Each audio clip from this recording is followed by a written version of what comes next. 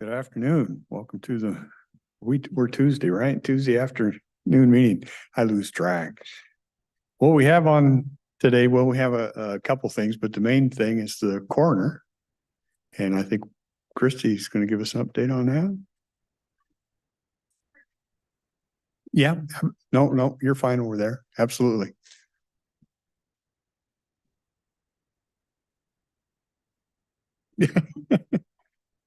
So, not prepared with any numbers, but I just wanted to see if you guys had any questions. I'll answer them the best I can or get you the information that you need. Mic on. Oh, okay.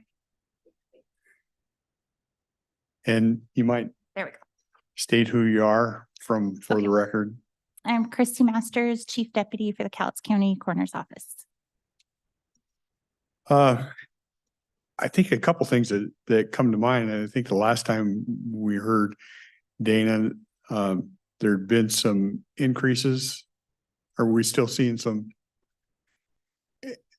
I want to say they were seeing an increase in fentanyl type stuff. Yeah, yep.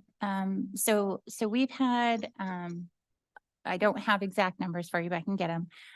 We've had a lot more autopsies this year than last year. And whether that's, I think that's a direct correlation to the increase in overdoses. But numbers would do the best, to get you stats on that. But yeah. So, overdose deaths are not always straightforward. And if someone doesn't have a long medical history or any medical history, then a lot of times we'll have to go to extra lengths to find out, what happened, because our main job is cause and manner. And so, there's been an increase that way. So that's the long and short of it. Yeah. We had other things I remember from the tour over there. There was, I don't know if, and I can't even remember, it was like the screen, this system for watching or whatever for people coming in. Yes. Was non-functional, and I don't know if she's been able to get that. So we've received a bid from the company that originally installed it. And the bid includes coming in, getting it up and running again, and then also training us. And that bid came out to just a little over $16,000. Would you repeat that number? Just a little bit over 16,000. I don't have it in front of me right now, but I believe it's like $16,045. They weren't under warranty of any kind? I think Don Nyman would be able to answer that better than I could right now. So I don't want to say anything that isn't correct, but I believe that was outside of warranty or that the warranty's over, but I'm not exactly sure. I'm going to have to double check with him. So it had been operating. It hasn't been operating since January of this year. We haven't been able to get it up and running. We did have the representative from the company come and take a look at everything. There are it just wasn't running anymore. Exactly why, I'm not sure. There was a few components that were missing. And You've probably heard me before complain that we get something built and we sort of wash our hands of anything. The contractor can walk away, and I don't think this could not have passed an acceptance plan. Yeah, and I totally agree with you. If it's a system failure, then they should take care of it. There's some concern that this was human tampering before they came in. Got it. So, and I'm not, sure what side of the ledger that falls on. Right. Agreed. Understood. How about your positions? Have you had, because we hear people having a real hard time yeah. finding positions. So Yeah, so we're really grateful, actually, very grateful to you guys for the positions that we got. And so the people that we have filling them right now, each one is full. The Oh, wow. So you did find bodies to fill that. yes, yeah. I didn't mean it that way. Yes. And they're training up quickly. It's a wonderful group of people, and it takes a little bit of the pressure off. We're all still working really hard to keep up, but they're doing really good, and we're very thankful. So Awesome. Yeah. Awesome. Trying to think what else when Dana gave me a tour over there that I know she'd been working with and she had mentioned working with others to come in and do their work in our facility. yes. And I'm assuming that's still on a path or. Yes, we're, because of the shortage of pathologists in Washington State, there have been several counties, that would send their requests for autopsies, to a county whose, medical examiner took a position in another city. And so they're not able to rely on that pathologist anymore. And so we've been getting quite a few autopsies from other counties. So we have Dr. Nelson. He's at work right now, but he's and then we also have Dr. Burt who comes up, and so they'll use our facility, and then the pathologist will send a invoice to them directly for their fee, but we charge a fee for the facility use and for the technicians that we provide.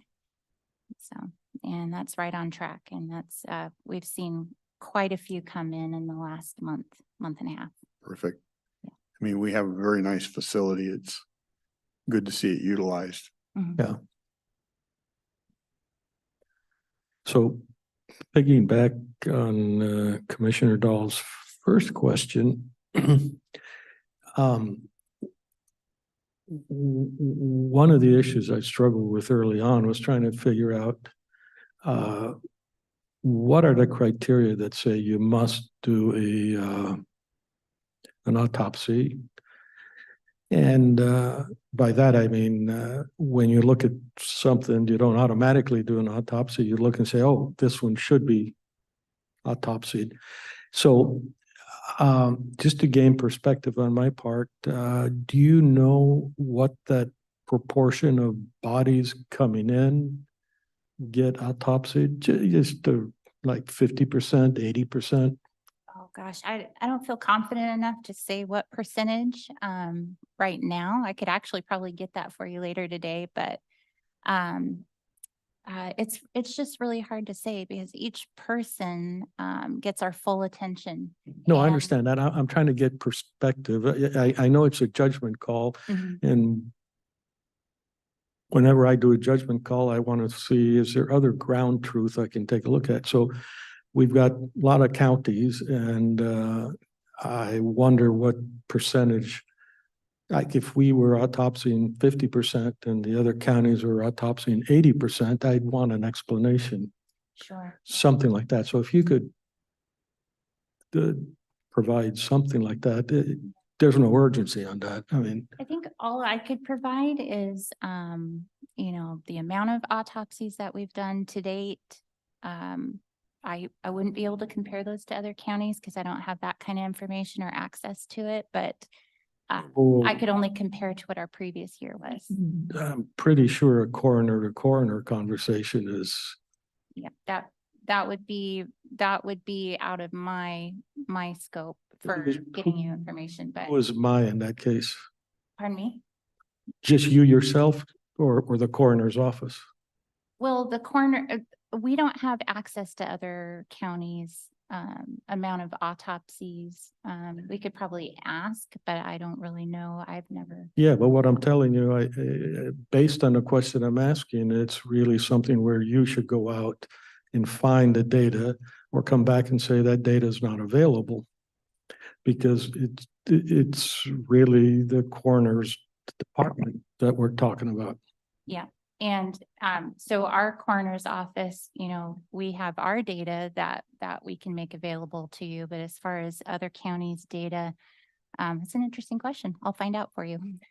So Dana probably is in contact with them and would be able to ask those kind of questions. Yeah, I know from elected to electeds, if like our auditor, she's in contact with lots of auditors. Did you find this at how did that go? That's really all I'm asking for. And it's a useful thing for you and for me also. I once had a discussion with an elected, and I had no idea how they ever figured out whether they're on the right path or not, because they refused to go back in time and examine stuff. And I'm like, how do you learn? Okay, then you mentioned out of county use of the building. Do you have proportions there? Like proportions for the space and yeah, just that. So, so proportions as far as like if there's an uptick in other counties for. No, you told me that you were doing out of county Mhm. autopsies or Yeah. treatment. And so I'm saying you brought in 100 cadavers, and of those 100, 80 were from Cowlitz and the rest were from outside the county, that kind of number. Oh, okay. I see what you're saying. So, you know, we don't really, so when another county needs an autopsy, and mainly that's been because the county that they were sending their autopsies to, they had a change. And so then they closed off that availability. Could you put the microphone just a tad bit closer? Oh, okay. So, so as far as information, it wouldn't have the scope, I think, that you're looking for. So when we have another county, say it's, you know, any given county, and they bring someone to us to have one of, you know, they set up an autopsy with one of our pathologists that's available. They'll bring them in and then they'll take them back with them almost immediately. And so that doesn't really have a impact on what we're doing in our county. You So I'm read not way really, too much into my question. I'm simply asking some that you should be able to answer. well, just make it a little bit clearer for me, please. Yeah, I said of a example of 100 cadavers that went to our morgue. Uh-huh. How many of those are from out of county? That's not really it. If say we had 4 or 5 autopsies from other counties in the last month, then that's 4 or 5 bodies that come in and out of our morgue almost immediately, it's same day. And so I'm sorry, are more what? so it doesn't have any impact on how many we've had in our morgue from our county in 1 month. Yeah, like I said, you're trying to read too much. I'm not asking you about impacts. I'm just asking you for a count. And that's just a simple number. We've had 4 or 5 autopsies from other counties in the last month and a half. Okay, and how does that compare? I wouldn't go necessarily month to month, but you've been operating almost 12 months, let's say 11 months. Do you have a feel for the count, the total aggregate count of in-county and out-county? So cases that we've taken jurisdiction over, I believe total 997. About 312, and give or take, because I didn't prepare those numbers coming here. Yeah. So I'm just giving you an estimate. About 312 of them are ones that so those are cases that we do the groundwork for. We will take jurisdiction if it's a coroner case where it's about 312 right now, I believe. Not counting today. So let me try and understand. 997 is approximately the number. Just call it 1,000 That's over our the, case number. It was. that's your case number. And a case is defined as, So a case is defined as a individual that we assign a number to, where we need to look at it. Ones where we sign the death certificate would be in that 312 number. Ones where we have the primary care physician sign the death certificate, but we still take a look at the case and take a look at all the information. That would Okay. be the remainder. like 1,000 people Mhm. are pushed into the door. You look at them, and out of those, you don't- decided that 312. We don't see all of those people. A lot of them are hospice cases. Excellent, okay. Mhm. So they don't go through the morgue, No, not all of And- them go through the. but you're putting that count in at 997? Our case number is 997. Okay, As of so this morning. is the case number assigned to every death in the county? No, it's not. So a hospital, if someone's been in the hospital for more than 24 hours, we do not assign a case number to them. And we have jurisdiction over all accidents, suicides. We have jurisdiction. So the hospital would report those to us in those cases, even if they were in over 24 hours. We still take jurisdiction over those. So that's just the exception to that rule. But as far as the remainder, if they're in the hospital for more than 24 hours and it doesn't fall under the accident or the suicide or something like that, then we don't assign a case number. So that's not an accurate reflection of deaths in this county for this year. The 997 is just a reflection of what we're taking a look at. Okay, I'm probably still confused. You mentioned hospice. Yes, If someone dies in hospice, is that going to cause this number to bump up?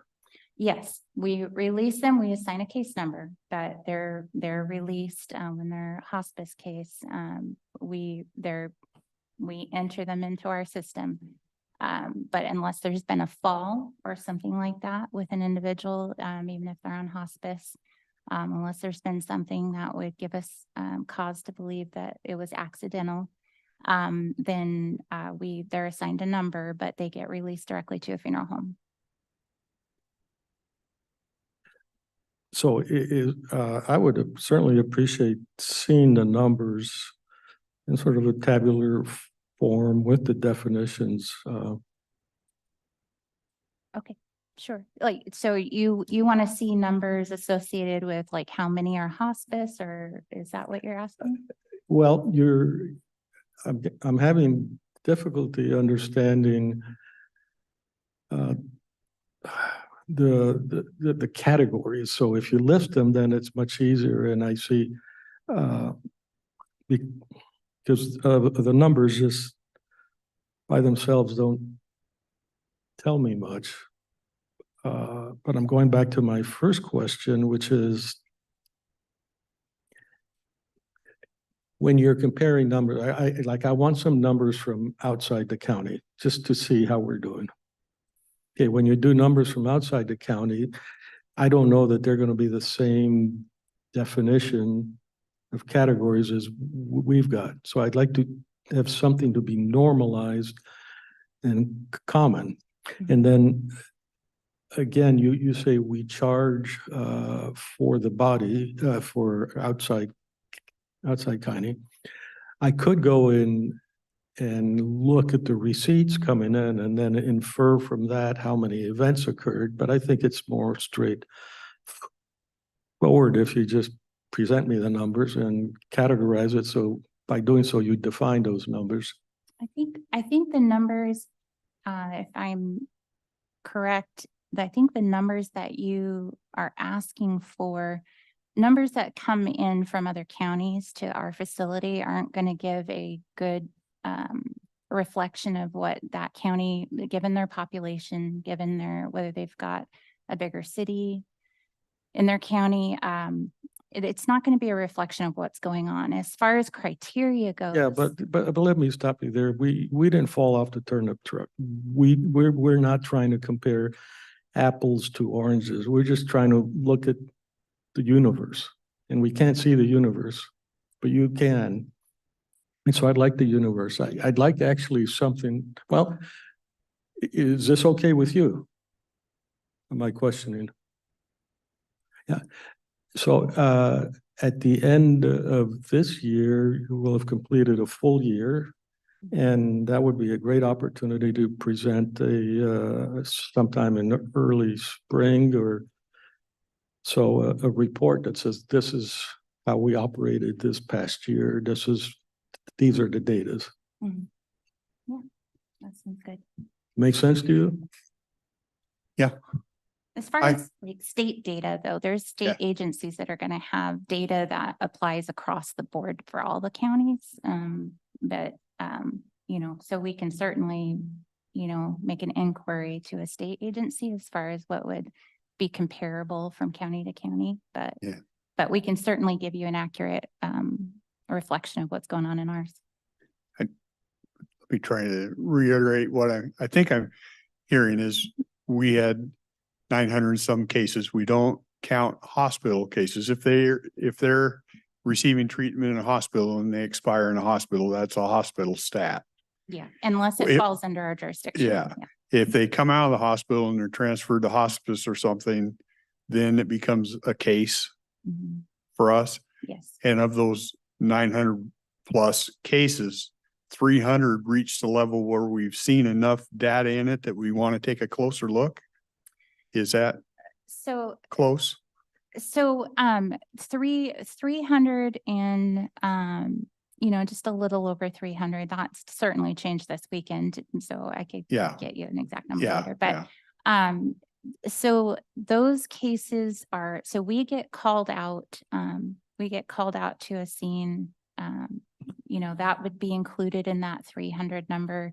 If, we get a hospital call and they say, hey, this, you know, we ask questions. It's usually a house supervisor that'll call us and they'll say, you know, we ask them, hey, what was the cause and manner? You know, was the doctor? What is the, you know, cause of death? You know, that was, you know, the doctor will say one thing. Sometimes we have to look a little bit further and say, hey, was there a fall in the last, you know, period of time? When was the fall? You know, was it from a standing position, a seated position? And so we'll go over everything to make sure that it's not something that we would need to take jurisdiction over, because if it's a fall, it's an accident, right? And so, you know, those are the kind of questions that we'll ask when the hospital calls us. Yeah. Yeah. So they could be hospital too. It's just Yeah. some criteria that finally clicks it over into, we need to take a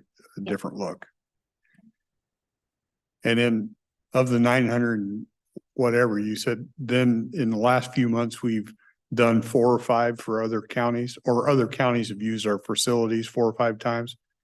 So it's actually more than that.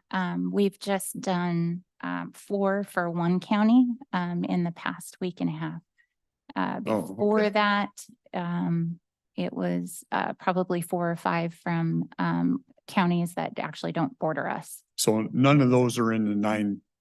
No, oh no, we do So we not have assign 900 and some here, and then Yeah, just in the last week, we've had 4 from another county. Yes, so if their pathologist is not available to them for whatever reason, and so that's the biggest thing, the biggest reason that you're gonna see for out of county autopsies is gonna be because of pathologist shortage.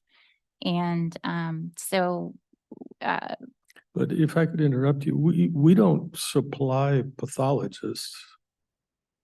You don't service other counties with pathologists. You let them use our facilities, and they have to figure out what pathologist they're going to use. They might ask you and say, is Dr. Nelson available? And you might say, yeah. Yep. And Dr. Nelson is available based on you saying, I don't need you here today. Is that right? Of course, yeah, it's up to the pathologist they do their own scheduling. and they do their own invoicing for their services. Doesn't have anything to do with our county. We're simply just providing the facility. Just providing the facility, yeah. So if the 4 during the week, if that's even close in a 52-week year, you know, you could have 200 plus that we're doing for other counties in addition to the 900 we assign a number to plus whatever we do. Yeah, it doesn't, Is it, it wouldn't quite equal out to that only Yeah. because it all depends on what's happening. for yeah, their- it can be yeah. up and down, but Yeah. just trying to get a scope of what maybe using our facility. I think that's kind of where we're driving, but. Yeah, yeah. And I'm not saying it's a bad thing because they're paying to use our facility. Exactly. Oh, actually, Yeah. if I express my personal interest, it's, the taxpayers spent a fortune on a building. If it gets used 24 hours a day and it's 15 hours from other counties, I'm okay with that. Yeah. As long as you can do your business for the county, then the rest of it is good for the taxpayers.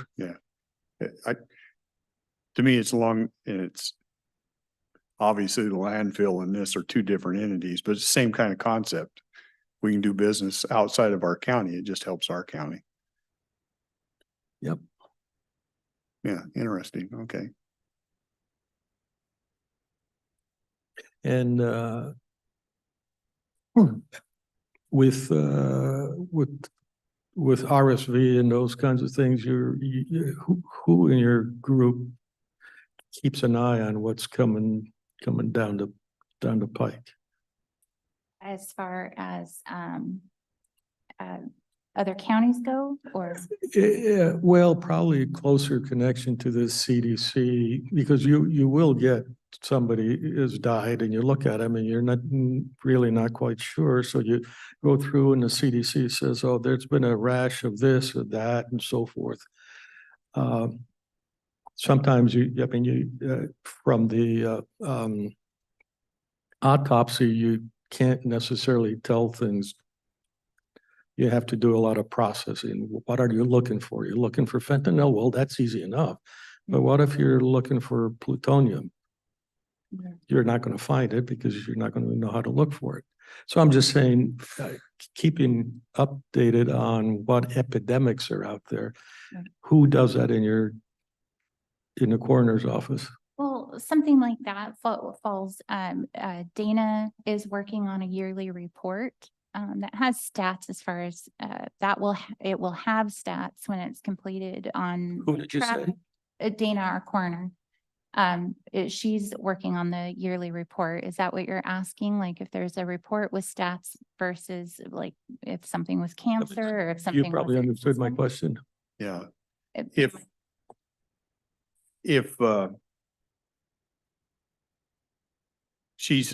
does she keep up with like things that the other agencies may be seeing? In this example, CDC is saying, well, we have this stuff coming into the country. Are we then looking for it? How do we keep up with anything that, and it doesn't necessarily have to be the CDC. It could just be something that we're aware of that, hey, we've heard over in this county, we're starting to see this. Then how do we track and make sure that we're not letting that fall through the cracks? Does that make sense? Okay, yeah, I think I understand what you're saying. So the coroner keeps Right, Dana. track. When we will keep an eye out for certain things. The best example I could give you is if we hear from law enforcement or other coroners that there's a certain drug that's out. There is things will trend, unfortunately. And so, that's the best example that I could give as far as like keeping an eye, getting a red flag that something might be coming around. There's things going on in other counties that haven't hit ours yet, or there's things going across the United States that haven't hit our state yet, that kind of stuff. As far as diseases, if there was an alert, the coroner would most certainly be keeping an eye out for that kind of thing. So Dana's probably the one that, Yeah. the gatekeeper for that, so to speak. Yeah, certainly. Who is? Dana, Oh, the coroner. Right. Yeah, I just saw an article today that I'd probably seen once before, but I've forgotten it now. Nemathilaments were, that's a roundworm got in, and it actually comes from the python.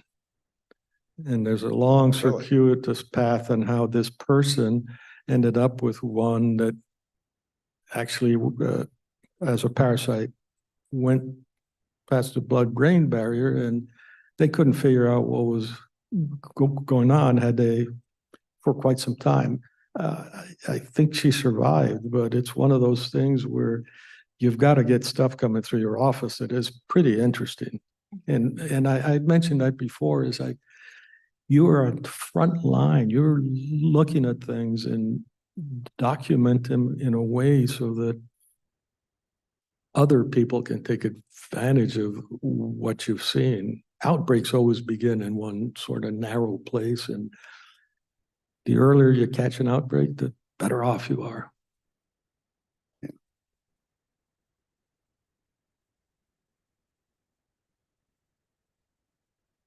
Any- And anything for the budget?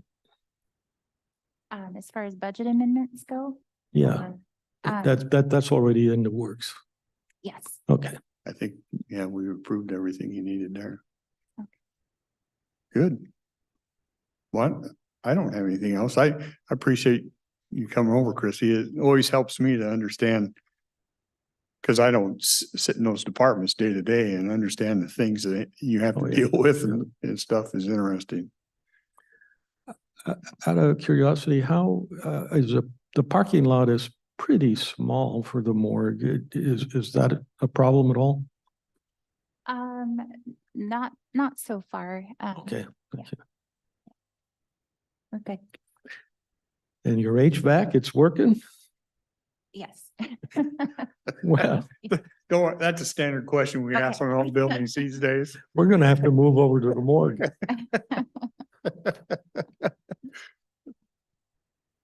Okay, All right. Well, thank you for your time. Thank you.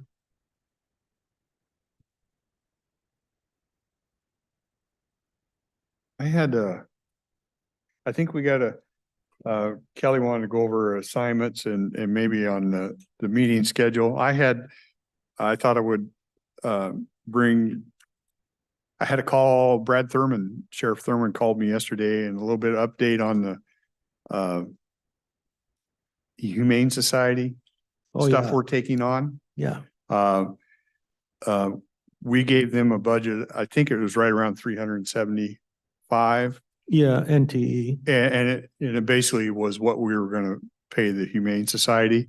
And with that, they, in talking to him yesterday, they have the officers hired, the vehicle, Cool. I think a couple vehicles to Mhm. do the work. They've been working with, we're looking at a temporary hold because of the initial cost to the Humane Society to put an animal in there. They're still working on that, but it's over $300. So we're looking at a temporary hold, like a building that would hold for 72 hours. In case we had a chipped animal, or you put it on Facebook and somebody recognized it right away, that we could get that animal back. And So sort of like transition housing. yeah, exactly. And they're working with the jail. The jail actually has space for a building over there. And it's a building with, I think he said 12 holding pens, and it'd be like 12 grand for this building. And then Marin, they're working with Marin for what was the name they used? There's some inmates that you can use that are trust. I like They're at a point where they can help with the animals. I like that. Yeah. And that leaves them, out of that 375, that leaves them 91.5 for animals that they actually have to transfer to the Humane Society at 300 whatever a pop. So, and we'll see, that's where it's at right now. That's fairly good news. I'm surprised the building costs is what, 12K you said? 12K for the building with 12 holding pin that they were Hmm, over on the jail property. wow. Is it already built or it's just? I don't think it's already done right now. It's just the bid they got and the direction they're looking at. And I think Longview has hired an officer. So I think there's actually going to be more animal control officers out there than there was before. And what I told him, I said, this has the potential. It looks like to me to be a better service than we had in the Yeah. past. I mean, time will tell, obviously, but it looks like it has potential to be that. So and he's gonna write up an update for the whole commissioner. I tried to make a few notes when he was talking with me yesterday. And the $300 you mentioned, that's sort of the upfront fee, or I should say, not up. It's the one-time fee for you to play the game. Yeah, And then they'll hold them for how many days, or it's indeterminate? I don't know that I Yeah. don't know that part of it. We don't put animals down at this Humane Society, or do we? I don't believe we do we? Oh, if it's considered a dangerous animal? Yeah. They exempt the commissioner, so. Yeah. We got to be careful on that. Yeah. So that's a real brief update. And like I said, Sheriff Thurman was going to put together more detailed for us, but I thought I'd pass that on.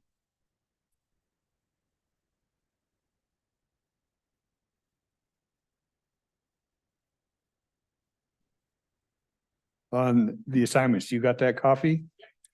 I can tell you the differences I know of. The top part is all correct. The first change, EDC, that actually, when I became chair, Dennis took that. Great Rivers Behavioral Health, I believe Commissioner Mortensen is that one now. Law and Justice, Commissioner Weber and I switched. He's the main and I'm an alternate. Noxious Weed, Commissioner Mortensen and I switched. So you're alternate? Yes. And I think that's the changes I recognized. Did you want to keep the rest of them the way they are for this next year? I'm sorry? Did you want to keep the representatives the same for this next year?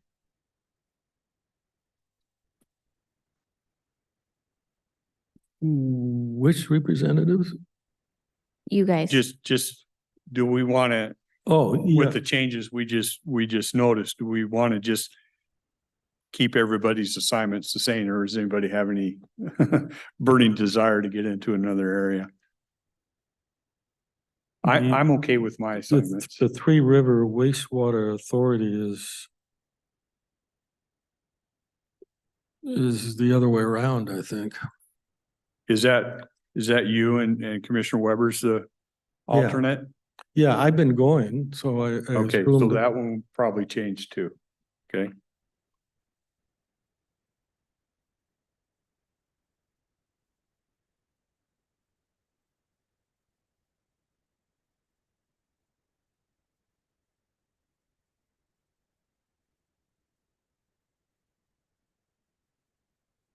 thought there was one more here someplace.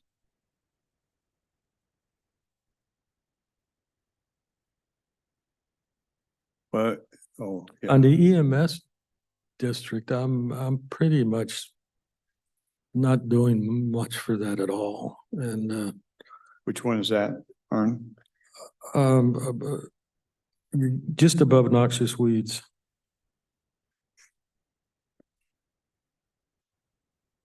Or I should say, yeah, just above noxious weeds. Okay. We can leave it the same, but if somebody wants to do a better job, I'm for it.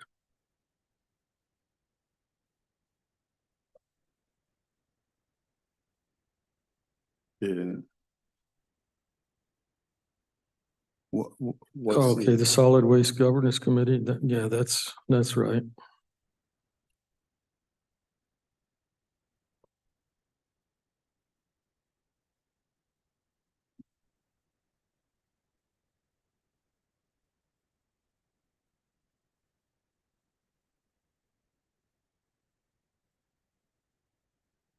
I think I would just, with the changes we've noted, I'd just leave them for 2024. Yeah, I'm okay with that. You're okay with that? Yeah, Yeah. I am not totally done, just, Yeah. was looking, Yeah. yeah, unless spoken otherwise, yeah, we'd leave them. The CAP board, is that anything you're interested in? I know Joe McIntyre's on there.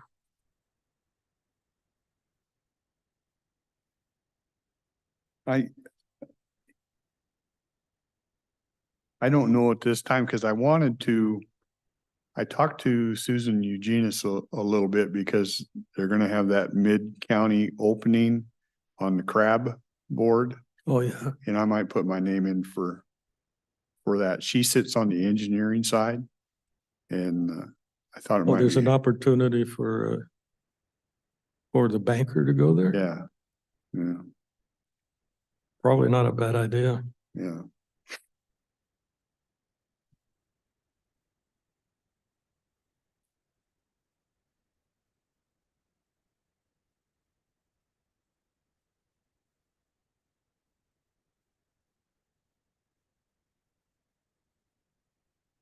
And I don't think we had to change anything on the back page.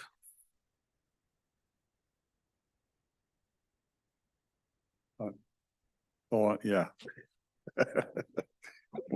We'll just leave that as it is. There's nothing back there.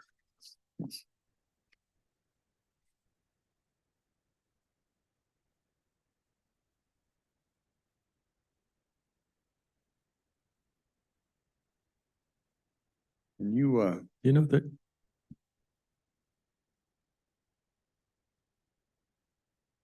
No, never mind.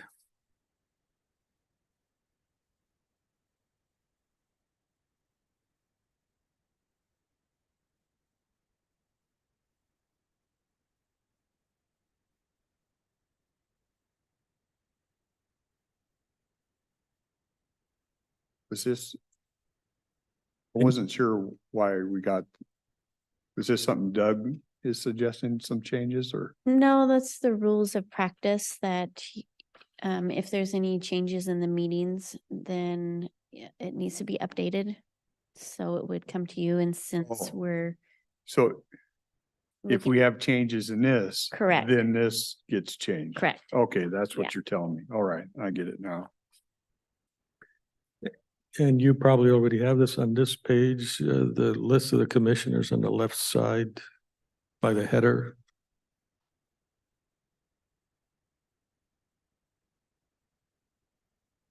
Yeah, you, I'll fix it. Yeah. Yeah. oh. I haven't been promoted yet.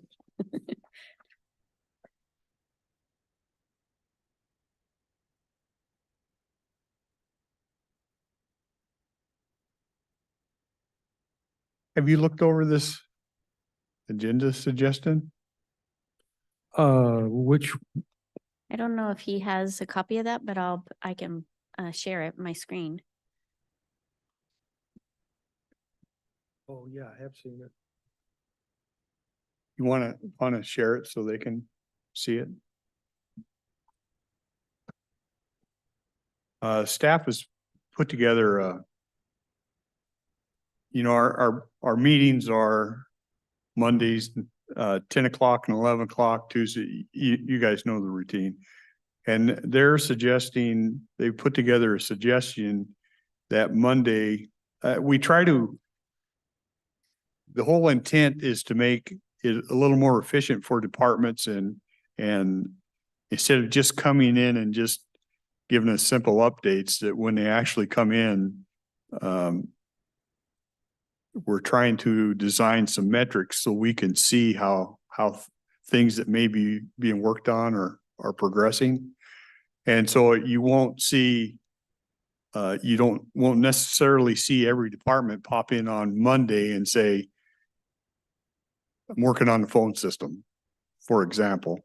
You'll see them come in maybe once a month or once a quarter and give us a more detailed report based on metrics that we have out there. Am I kind of explaining this pretty close? Yeah, so it would be more of a performance management review, so that it would be more standardized, that they would be bringing at 9 a.m. on Monday mornings. And it would either be monthly, quarterly, annually, semi-annual, depending on what the departments decide. This is just we're trying this out to see how it is, and we definitely Yeah. can make changes as we go. There's departments that are going to take advantage of coming, but when they say monthly, it's not going to be every Monday that month. So Right. like building and planning would come the second Monday of each month, and then there'll be one that comes the third Monday, and then the fourth Monday of each month. So they're going to have standardized reporting metrics that they would bring to you guys, and hopefully associated with what they would need for their budget. So that's what 9 a.m. would be. This is different than what I had seen before, I think, or I didn't pay as close attention, but Monday, number 2,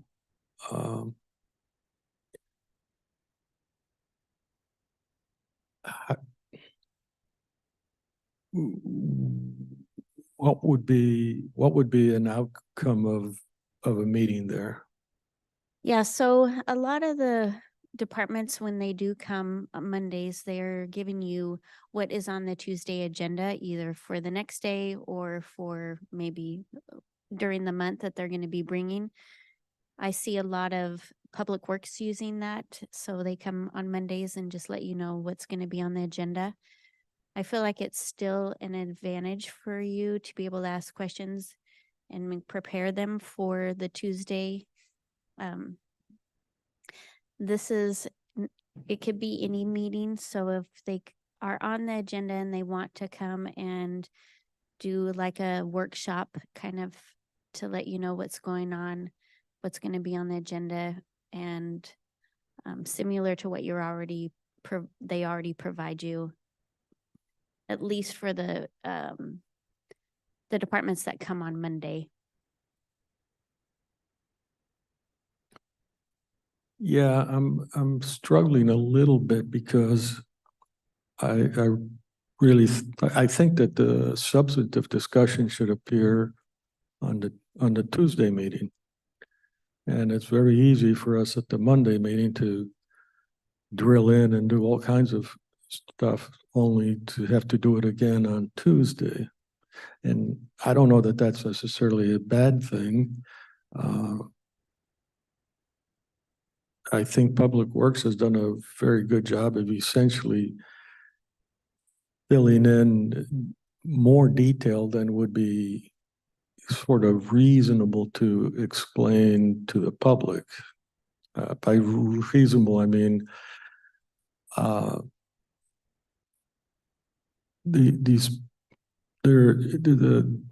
the details of a motion or a consent agenda or a motion item. We want to take it to a point where the principles are made clear to the public, what it is they're buying and how much it's costing them. But there can be a lot under there that maybe isn't too interesting to the meeting, to the public, but it's good for us to understand, oh, the reason it's this way, it's something like that. I don't know, I'm just rambling on. I don't want to duplicate effort.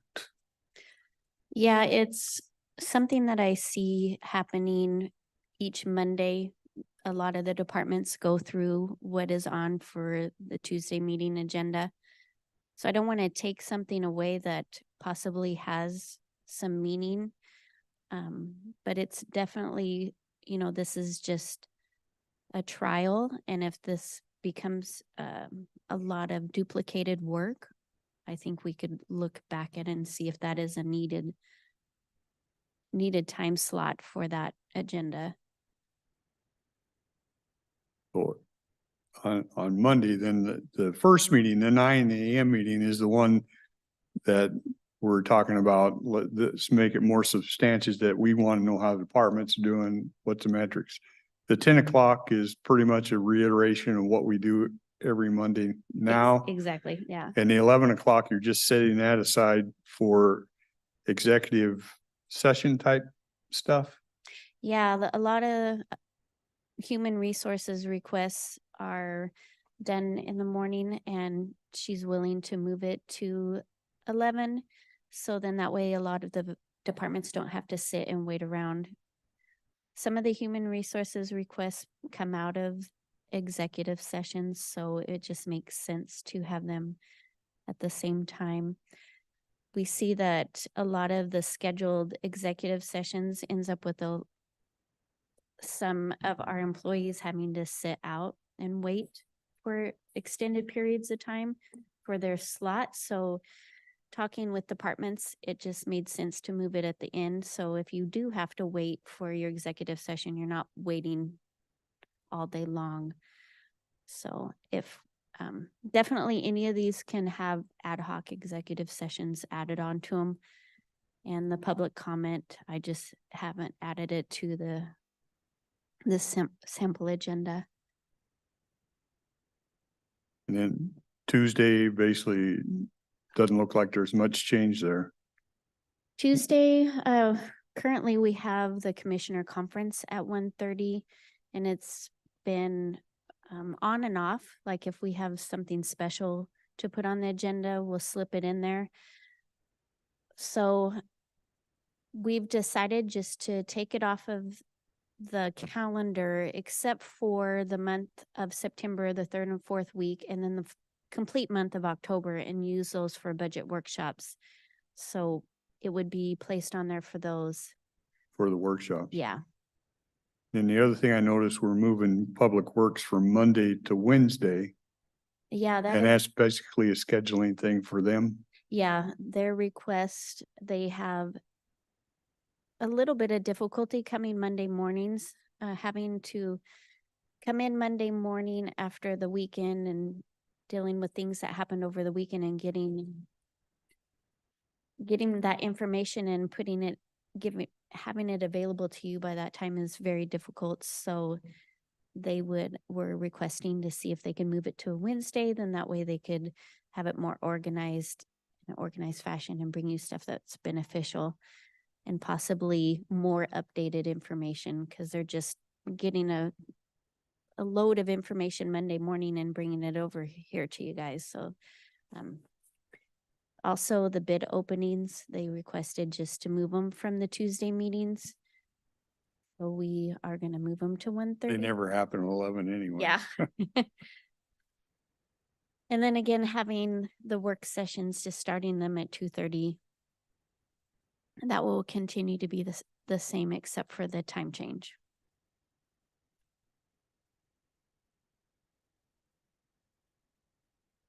And I have talked to quite a bit of the department heads, that most of them that have a big stake in this, and I do have a lot of support.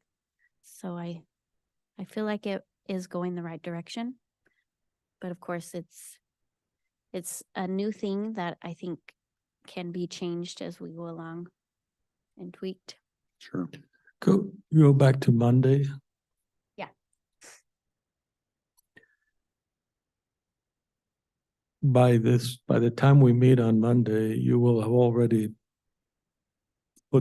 you've already put the agenda out, right? Correct. So when you say agenda item review, you actually mean reviewing each item? No, this is for them to have the opportunity to come.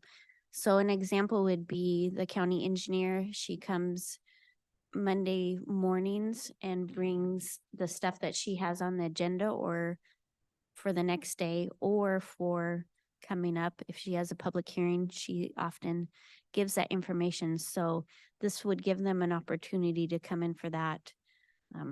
I just kind of gave an example here. It wouldn't be necessary that they have to come. It's an opportunity for them to come and discuss it with you before the Tuesday meeting.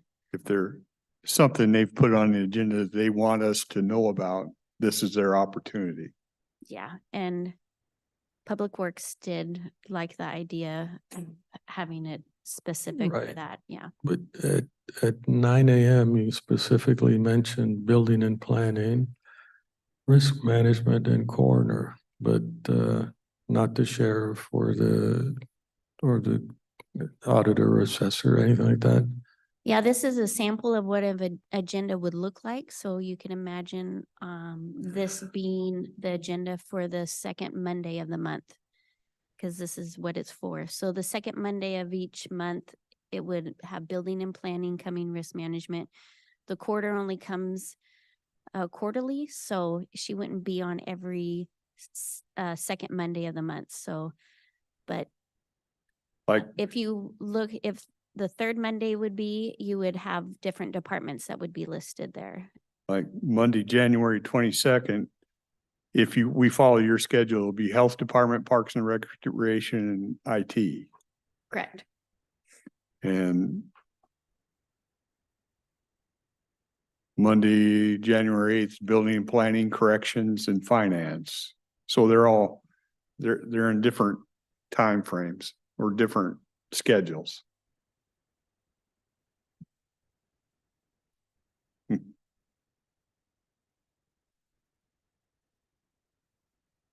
We should probably digest it and Yeah, I got to admit, I must not have paid as close attention as I should have, because I find this a little more difficult to understand. What you're trying to do is to avoid staff sitting in there while we're doing things that aren't pertinent to what they're there for. That is part of the avoidance, but I think another part is giving the departments opportunity to have some performance metrics and bring it to you on a standardized fashion. So there's a whole calendar associated with this that I've put together that it will have it's on this one here. I don't know if you have a chance to look at this one. It doesn't specify the times that they're coming, but like Oh, the building, calendar you're talking about? yeah, Oh, like building and planning they would know that every Monday, second Monday of the month, that they need to come and have their performance metrics. And the same with risk management. Every second Monday of the month, they would know that they're coming and they would give you an update on their performance metrics. And the coroner would just come quarterly doing the same thing. And then the Okay. third, I got that, and now I understand this more. Again, can you go through all the problems you're trying to solve with this? so mostly with you're talking about the 9 o'clock or just the whole entire? The whole entire thing. You've whole been entire thinking thing. along this because you've got an idea that some things need to be fixed or improved. Okay. Yeah, so looking at the meetings, I feel like they needed to be more standardized, that the stuff that the departments would bring would be something that you're actually requesting. And giving them the opportunity to have this is probably what the 9 o'clock meeting is trying to accomplish. Okay, the problem I have with that is I don't think they're interrelated. Having a meeting at 9 o'clock doesn't mean that they'll provide the data or that that they will follow through with the metrics. And it may be that we can do better, but I've been sitting here asking for metrics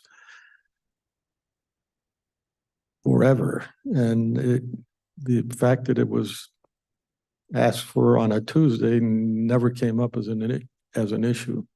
Well, the plan is to have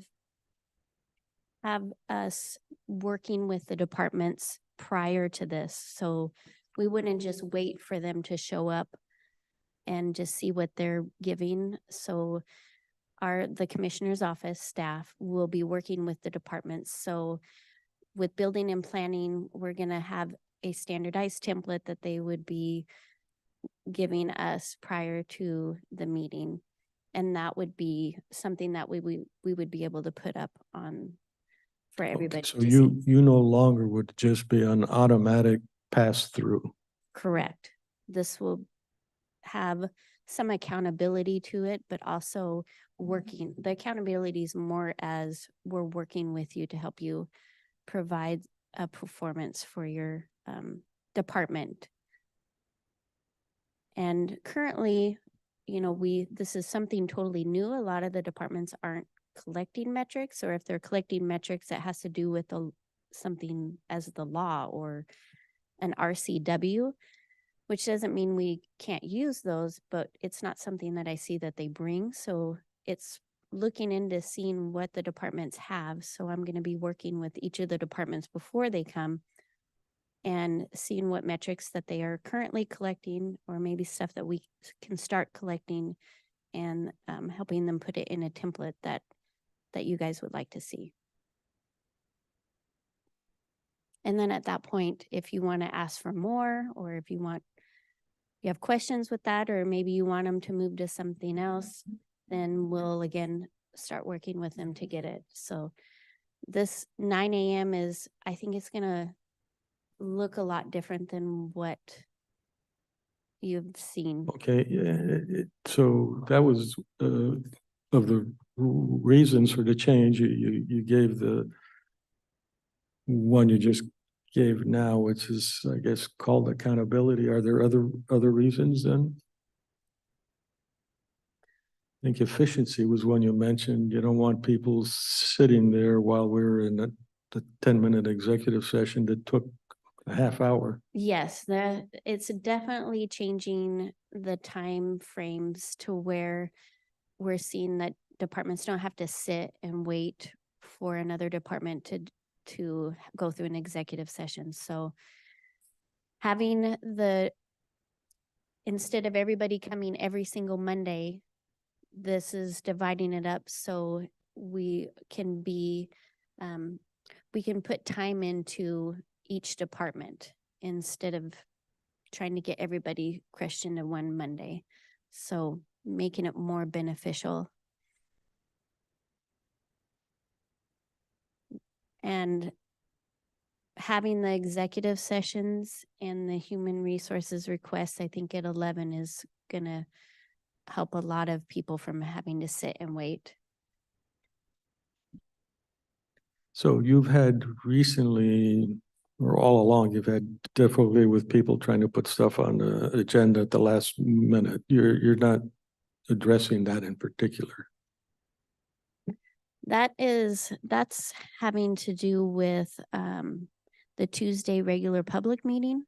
And until we completely move away from agenda quick and get into Laserfish, I don't think I can address those problems at this time.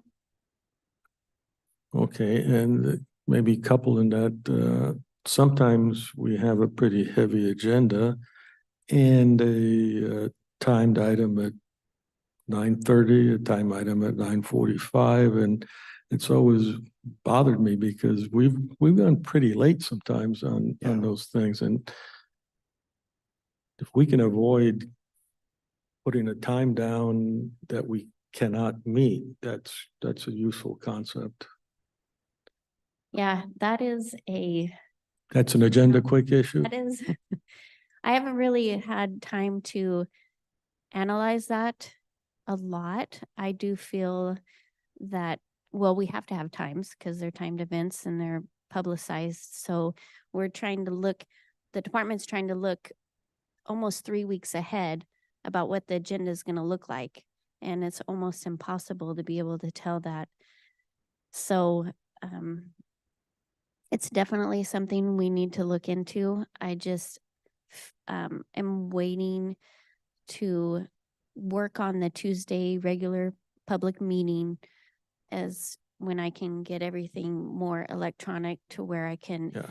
it will be something that is, it can help us because it will be able to tell us what's on the agenda so I can see, you know, these times shouldn't be available because it's already, I mean, at this time, 2 people can put in 9:30 and then we're having to do extra back work to say, now you can't do that. Now you've made all your paperwork saying 9:30. They made all their paperwork saying 9:30. So who's going to do 9:30?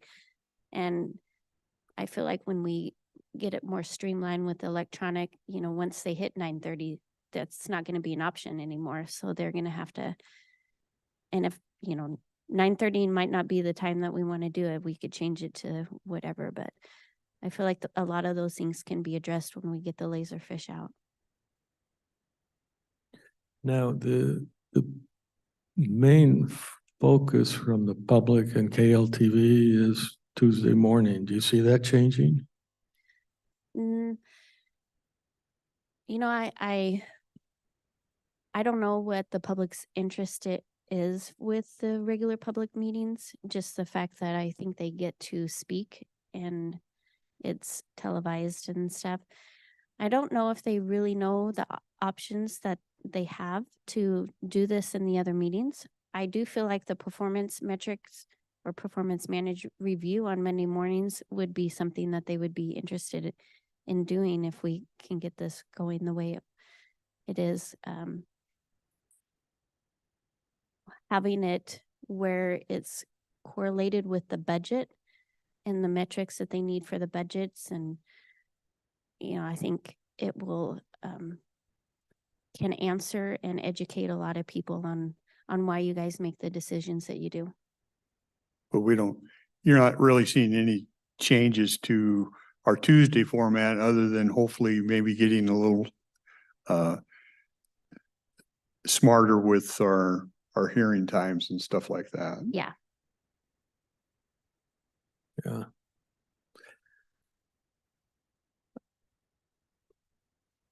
I try and watch C-SPAN every now and then, but I can't tell at what moment I was actually unconscious. So, I know for the audience, there are tidbits on Tuesday, but sometimes I got to wade through a lot. And maybe this is one way of making it easier for them. But their versatility isn't as high as ours in the sense of this is our job and they've got other job and they can't show up at the right time. But we can only try. Yeah. I would, you know, I would hope, and it's always a goal. We get questions all the time. We heard from Ron today asking for metrics. If we can get departments on Monday, maybe that would provide some of the things that I hear from more than just Ron out here. I hear from quite a few people that they'd like to see. Yeah. You never know, we might end up with two meetings that we have a lot of citizen comment or questions. Which to me would be fine, would be awesome. That they would be interested enough to participate on just more than Tuesday. Yeah, could you repeat what you said? I heard you, but I didn't. I was just saying you never know if we might have 2 meetings that the public shows up for comment. Yeah, well, yeah, right. Wednesday late afternoon meeting, is that on or off in the schedule? I did not add the evening meeting, Okay, hoping, That I'm- disappears. that. Unless, didn't- unless there's a good reason we feel like we want to schedule. I didn't get a lot of good feedback from the departments on the meeting. It was not beneficial for them, nor, they were having to stay late and stuff, so. And only a couple of the 5:30s were we had a lot of people show up. Any comment would help too.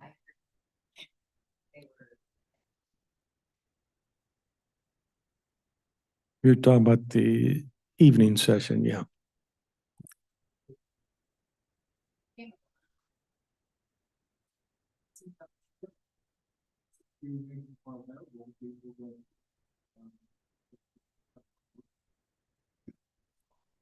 Feel like maybe if you put a hot topic on that Wednesday evening meeting, more people might show, but.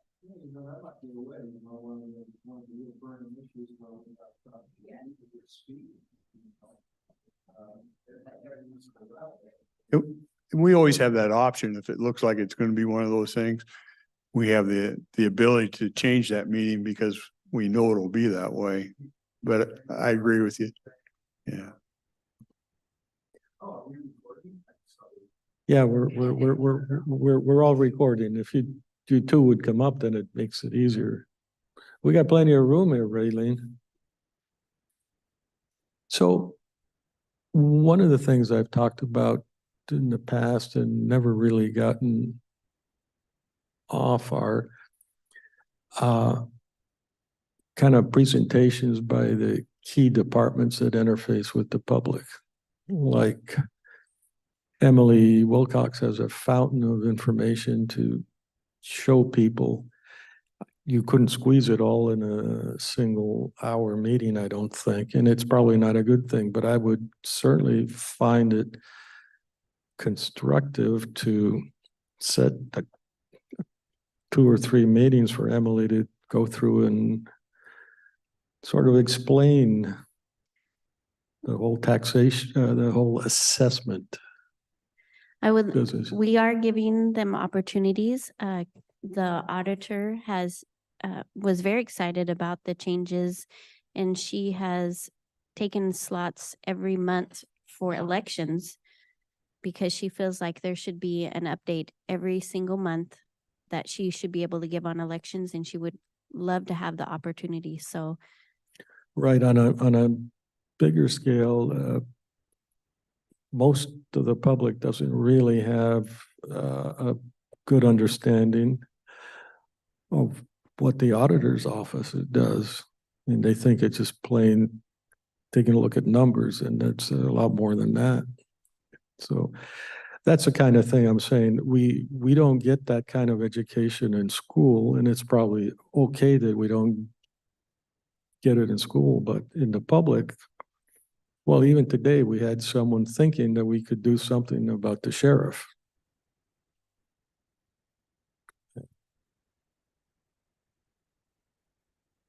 Your thoughts? Okay, so overall, I would say that the atmosphere that's created here to speak has been a good one. That's been a really good thing. And if you were to set up and have, a Saturday, or I mean the weekday thing at 5:30, and at least within our group, you could advertise, we could advertise that and come to it. We have a pretty good number of people that would be interested in this. And I think you could, put out this information, but have a singular topic, and then it could work out. This is like maybe, you can kind of see that, at least for me, I liked that one in the evening that I came to, but then I just kind of forgot, because like whenever it's the 3rd Tuesday or the 4th Wednesday, I can't even remember the PCO meetings. I keep missing them all the time. It's like, God dang. Yeah. So, but I would say, we could get this word out that you're going to have, you might even call it a special meeting. I don't know, make people more interested and just say, we're going to discuss this topic. And, I would come, I can't speak for everybody, but I think, some of my compatriots would come. It'd be nice to see the other side get this information so they could come too and everybody have a chance to speak on it. A big objective for me is I've got a lot of pride in our people, and I would like the barrier that is viewed, the people and the elite, and just break that down, Well, I know that, from going to other, across the street meetings, I don't know if I should advertise the name, but, when, Carolyn first started coming there, I was pretty antagonistic to her personally. I didn't think that, I just didn't have, but I didn't really know. So, I shut my mouth one day and I went in, I took the tour of the elections department. I saw what they did. And then I listened to her a little more, and it was like totally changed my mind 100%. If we could get more people to come in and be able to, I don't know how to share that experience exactly, but, I went completely to the other side. And, and I got 100% confidence in what they do over there as far as elections go. It's like, I'd like to see more people around here get that, because we can see our low voter turnout. This might be something that in some way to address this and get more people to come here and listen the way I had to. It hurts to admit when you're wrong, but I was completely wrong because I didn't have any real idea. It's ironic to me that one of my goals would be for nobody to be in the audience, because we have proven to them time and time again that they don't need to keep an eye on us. Yeah. And we'll never get there, but the public elects people that they don't trust, and they shouldn't do that. They should elect people they trust.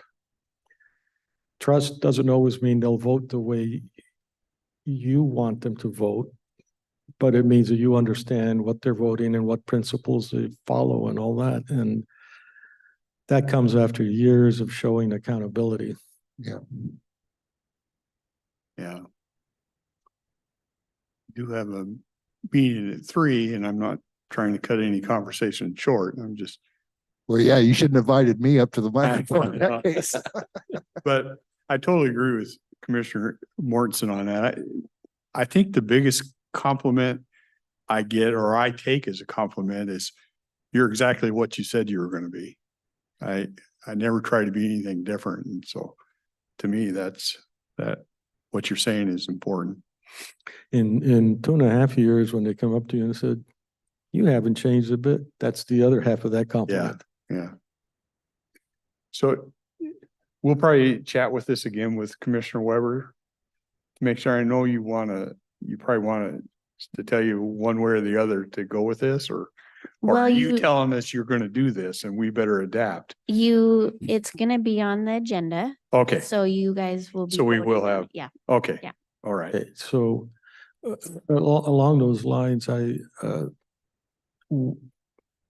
really appreciate the clerk's ambition to improve things. Mhm. And I'm one of those that I'm willing to try almost anything. Yeah. And the nice thing is that I think we have the flexibility. If things don't work too well, you'll be the first one to say, Yeah. And nothing is cast in concrete, particularly if it's a bad casting. Yeah. Agreed. Okay. So I wanted to just say one thing. And it's about what's been going on over in the court. Now, I've been to the court a few times lately. It's about the sound system. Can't hear a darn thing what those guys are saying. I think they have the same sound system. As much as I argue against spending money, gosh dang, a microphone for Judge Basher over there, it'd be greatly appreciated, because you cannot hear a thing he says, and we're hanging on every word over there. That was my main thing to come today and tell you guys, man. Let's get that guy a microphone. You didn't tell them to turn on the green light and get Well, I closer? keep wanting to say, sit closer. You know what I mean? Because we have to tell everybody here that it's taken years of practice for me to get used to being just right here by the microphone. And Yeah. it's like this, it's like that. And he's saying important stuff, man. And it's like, you're just like this. What'd he say? Yeah, you're barking up a tree that drives me nuts, because if you have a little bit of hard of hearing, I get a lot out of context. Yeah. But Exactly. And this is big stuff, I mean, we're really interested, and the place is packed, and you could hear a pin drop in the crowd because nobody's chatting. We're all listening, which might be good in a way, but you can't hear them. And better sound system over there would sure be nice. yeah, when I'm speaking in public, I try to project. It's He not, doesn't do it's that. not me having a conversation with you. But most people don't realize, I consider that actually disrespectful. If you're here to listen to me, why don't I make every effort so that you can hear me? Well, I don't want to pick on Judge Basher because I think he's doing a good job holding the state in line. And so if I was going to do anything, I'd give him a credit. It's the sound systems. It's the other attorneys too, when they're talking, and especially because they're facing away from you, then you really can't hear them. Yeah, I agree with you on everything that we don't have it properly set up. Yeah, well, $40,000 for the counter at the sheriff's office, which I haven't seen in action yet. And I've been over there a lot lately. I always check on it. How much does a microphone and a speaker cost? Well, yeah. I don't know how complicated it is, but we have spent quite a bit on the audio visual at the courthouse, and it's a little bit like with the corner and the screen. It's like you pay the money and then they go away.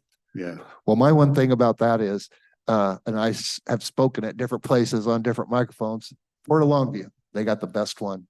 You can just stand here normally, sit here, and it picks you up, perfect audio. They've got a good system. So I'd ask them which one they're using if you want to get the best one I've seen yet. How's the Longview audio? Longview is okay, but I'll tell you what, I feel oftentimes discriminated against for being tall, because the Longview one, you could put the microphone all the way up and it's still down there. Yeah, and she walks up and it's like over her head. Yeah. It's funny. I won't tie you up. I know you got a meeting to go to, but these are good discussions. That's the nice thing about coming here. And I wish everybody else, I wish the other side could get this experience of being able to come up here and just chat a little bit, and what you guys have created here and this ability to come up and speak, it's been a really good thing. Yeah. And I got some homeschool kids, some older ones, I want to bring in and have them do some talking. I've been coaching them about the viability of taxes. Personally, I'd love to see kids involved with it, just to see the process and be part of it. Yeah. I've always thought if the school wanted me to send me a kid, I'd just set them right here and let them see how the process works. I can arrange that. Yeah. I'm sure of it. They teach government stuff in school that might as well. Yeah. Well, yeah, there you go. There'd be a good one for a Saturday or for a weekday evening. You know what I mean? I think that's a good idea. I think if they're up here, they won't be quite as bored as down there, because that's the other side of that coin. Is like, who wants to watch C-SPAN? But if you're in C-SPAN, maybe feel different. If that's what their interest is. I mean, we used to shadow kids at work all the time. They'd come in and see what a loan officer does or see. I have no problem sitting somebody up here and letting them see how this process works. Oh, perfect. Yeah. And I don't think any of the other commissioners do either. No, I think